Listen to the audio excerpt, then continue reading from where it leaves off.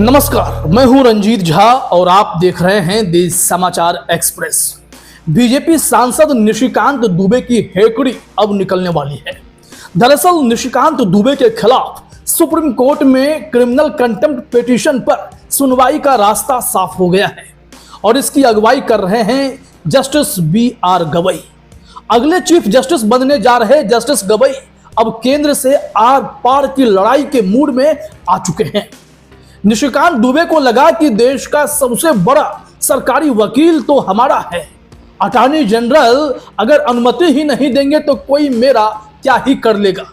लेकिन फिर आखिर ऐसा क्या हुआ कोर्ट रूम में कि कल तक अटॉर्नी जनरल के पास जाने को कह रहे जस्टिस गवई अचानक से एक्शन के मूड में आ गए और निशिकांत दुबे के साथ बड़ा खेल हो गया।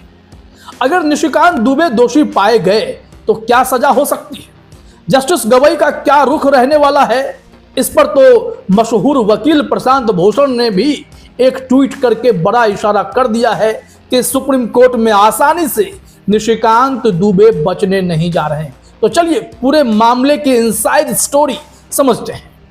सबसे पहले बात करते हैं कि सुप्रीम कोर्ट में निशिकांत दुबे के खिलाफ अवमानना याचिका पर क्या हुआ। आपको बता दें कि कोर्ट रूम में निशिकांत दुबे के खिलाफ क्रिमिनल कंटेम्प्ट की कार्रवाई की मांग लिए फिर से पहुंचे वकील ने अटॉर्नी जनरल पर सीधे आरोप लगाए और उन्हें ही कटघरे में खड़ा कर दिया कि वे दुबे केस में खामोशी की चादर ओढ़े बैठे हैं। अब तक अनुमति देने या खारिज करने पर कुछ रिस्पॉन्ड ही नहीं किया है। फिर क्या था, जस्टिस गवई ने वो कदम उठा लिया जिसका सबको इंतजार था। उन्होंने सीधे केस की सुनवाई के लिए याचिका लिस्ट करने के ऑर्डर दे दिए। बार एंड बेंच की ताजा रिपोर्ट के मुताबिक ये याचिका एक वकील अनस तनवीर ने दायर की थी, जिसमें बीजेपी सांसद निशिकांत दुबे पर आरोप लगाया गया कि उन्होंने सुप्रीम कोर्ट और मुख्य न्यायाधीश संजीव खन्ना के खिलाफ आपत्तिजनक टिप्पणी की।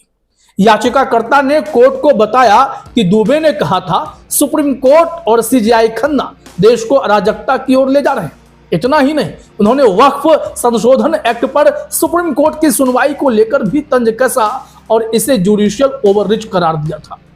जब यह याचिका जस्टिस भूषण रामकृष्ण गवई यानी BR गवई और जस्टिस ऑगस्टिन जॉर्ज मसीह की बेंच के सामने आई तो याचिकाकर्ता ने कोर्ट से अनुमति मांगी कि वो इस मामले में औपचारिक रूप से अवमानना याचिका दायर करना चाहते हैं। फिर जस्टिस गवई ने भी सख्त रुख दिखाया। उन्होंने कहा कि आपको हमसे इजाजत लेने की जरूरत नहीं, आप याचिका दायर कीजिए। इससे पहले जस्टिस गवई ने ही कहा था कि इसके लिए आपको पहले अटॉर्नी जनरल से मंजूरी लेनी होगी, क्योंकि यह अवमानना कानून 1971 की धारा 15(1)(b) के तहत आता है।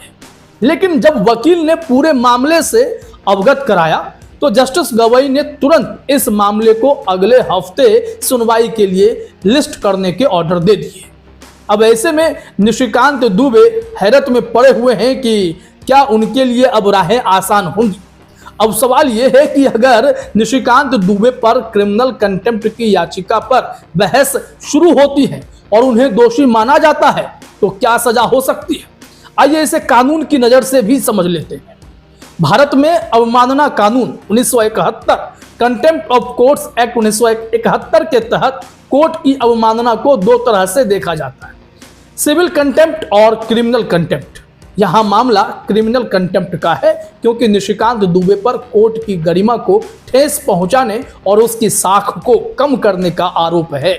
कानून के मुताबिक क्रिमिनल कंटेम्प्ट के तहत अगर कोई दोषी पाया जाता है तो उसे 6 महीने तक की जेल या 2000 रुपए तक का जुर्माना या दोनों सजा हो सकती है। इसके अलावा कोर्ट के पास यह अधिकार भी है कि वो दोषी से माफी मांगने को कहें। अगर माफी स्वीकार कर ली जाती है तो सजा कम हो सकती है या माफ भी हो सकती है। लेकिन अगर कोर्ट को लगता है कि बयान से न्यायपालिका की साख को गंभीर नुकसान हुआ है तो सजा सख्त हो सकती है। पिछले कुछ मामले को देखें तो 2020 में वरिष्ठ वकील प्रशांत भूषण को भी सुप्रीम कोर्ट ने अवमानना का दोषी पाया था। तब उन्हें सिर्फ ₹1 के प्रतीकात्मक जुर्माने देने पड़े थे, लेकिन निशिकांत दुबे का रुख अभी तक सख्त है। अगर वो माफी नहीं मांगते हैं तो सजा कड़ी हो सकती है। लेकिन इस बीच जो सुप्रीम कोर्ट में चल रहा है उससे साफ लगता है कि दुबे के लिए बचना आसान नहीं है। निशिकांत दुबे लोक सेवक है ना। अब जरा सा इस संबंध को जोड़िए आप। प्रशांत भूषण ने अपने एक्स हैंडल पर एक पोस्ट किया। प्रशांत भूषण ने लिखा कि सुप्रीम कोर्ट ने केंद्र सरकार से एक सख्त सवाल पूछा है। कोर्ट ने सरकार से पूछा कि 2018 में भ्रष्टाचार निरोधक कानून में हुए संशोधन का इस्तेमाल सरकार ने कैसे किया। इस संशोधन के तहत किसी भी लोक सेवक के खिलाफ कार्रवाई करने के लिए या उस पर जांच बिठाने से पहले सरकार की अनुमति लेना जरूरी है। सुप्रीम कोर्ट ने सरकार से कहा कि वो बताएं ऐसी अनुमतियों के लिए जो अनुरोध आए उनका क्या हुआ। क्या सरकार ने इन अनुरोधों को मंजूरी दी या उन्हें ठंडे बस्ते में डाल दिया। मतलब साफ है कि अगर अटॉर्नी जनरल इस मामले को ठंडे बस्ते में डालने की योजना बना रहे हैं तो जस्टिस गवई बर्दाश्त नहीं करने जा रहे हैं। जरा याद कीजिए, जस्टिस गवई का रुख हमेशा से सख्त रहा है। उनके पिछले फैसलों को देखें तो वो भ्रष्टाचार के मामलों में पारदर्शिता और जवाबदेही की वकालत करते हैं। यहाँ तो क्रिमिनल कंटेम्प्ट का केस है। उदाहरण के तौर पर 2022 में नीरज दत्ता वर्सेस स्टेट मामले में जस्टिस गवई की अगुवाई वाली बेंच ने कहा था कि अगर करप्शन का केस होगा तो इसमें सीधे सबूत न होने पर भी अन्य सबूतों के आधार पर लोक सेवक की दोष सिद्धि हो सकती है।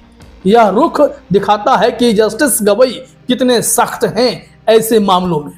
अब निशिकांत दुबे के खिलाफ अवमानना याचिका से ठीक पहले जस्टिस गवई ने एक दूसरी सुनवाई में कुछ ऐसा कहा जो सीधे तौर पर दुबे जैसे लोगों पर तंज कसता है।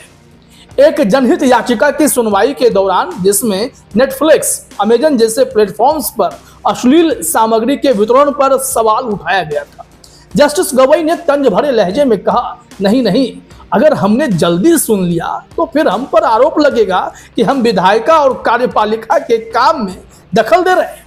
उनका यह बयान साफ तौर पर उन लोगों पर निशाना था जो सुप्रीम कोर्ट पर जुडिशियल ओवररीच का आरोप लगाते हैं। जस्टिस गवई का तेवर हमेशा से सख्त रहा है। उनके पिछले फैसलों को फिर याद कीजिए, फिर चाहे बुलडोजर एक्शन पर रोक लगाने का ऑर्डर हो, राहुल गांधी की सांसदी बहाल करने का ऑर्डर हो जिसमें कितना षड्यंत्र हुआ था, या अन्य बेंच में रहकर महाराष्ट्र सियासी खेल पर अपना स्टैंड क्लियर रखने की बात हो, हर जगह जस्टिस गवई ने अपने कड़क तेवर दिखाए हैं। तो ऐसे में निशिकांत दुबे के साथ वो क्या करें। अब सवाल यही है, क्या जस्टिस गवई निशिकांत दुबे पर सख्त कार्रवाई करेंगे। इन सभी घटनाओं को जोड़कर देखें तो जस्टिस गवई का रुख साफ है। वो संस्थागत जवाबदेही, पारदर्शिता और न्यायपालिका की गरिमा के प्रति बेहद संवेदनशील हैं। निशिकांत दुबे का बयान सुप्रीम कोर्ट और चीफ जस्टिस पर सीधा हमला है। जस्टिस गवई जो पहले भी अवमानना के मामलों में सख्ती दिखा चुके हैं, इसे हल्के में नहीं लेंगे।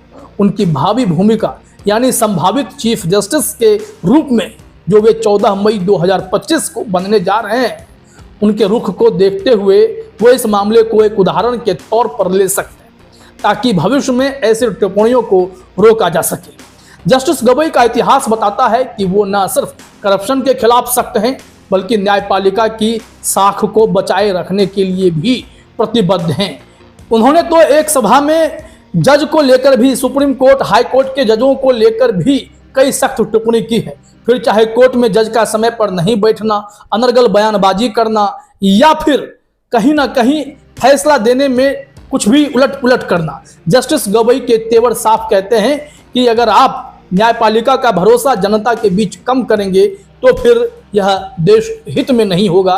जुडिशरी पर लोगों का भरोसा हमेशा बने रहना चाहिए।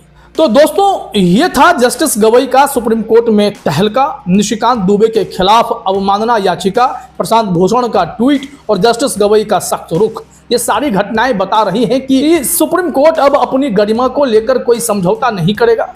अगले हफ्ते इस मामले की सुनवाई में क्या होता है ये देखना दिलचस्प होगा। हमें कमेंट में बताएं कि आप क्या सोचते हैं और ऐसे ही ताज़ा अपडेट्स के लिए हमें फॉलो जरूर करें। फिलहाल इस वीडियो में इतना ही। आप सभी साथियों का हमसे जुड़ने के लिए बहुत बहुत धन्यवाद, बहुत बहुत शुक्रिया।